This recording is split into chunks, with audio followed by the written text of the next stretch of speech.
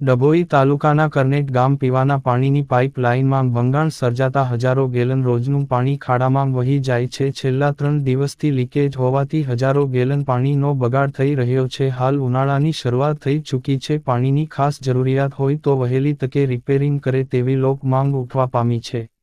ડભોઈ તાલુકાના કરનેટ ગામ પાસે આવેલ નગરપાલિકાના વારી ગૃહ ત્યાંથી સમગ્ર શહેરમાં પીવાના પાણીની મેઇન લાઇન હોય. આ પીવાની પાણીની પાઇપલાઇનમાં છેલ્લા 3 દિવસથી લીકેજ થતા હજારો લીટર પાણી ખાડામાં વહી જાય છે. ડભોઈ તાલુકાના કરનેટ નદીમાં ઉતરતા પાસે આવેલી નગરપાલિકાના પીવાના પાણીની પાઇપલાઇનમાં લીકેજ હજારો ગેલન પાણી ખાડામાં વહી જાય છે. પીવાના પાણીની ઉનાળાની અંદર જરૂરિયાત હોવા છતાં પણ છેલ્લા 3 દિવસથી પાણી નીકળે છે. છતાં પણ નગરપાલિકા વારી ગૃહના ચેરમેન અંજાન હોય તે રીતના બનાવની ખબર જ નથી અથવા ક્યારે પણ વારી ગુરુની મુલાકાત લીધી ન હોય તેવું કરનેટ ગામવાસીઓ જણાવતા હતા.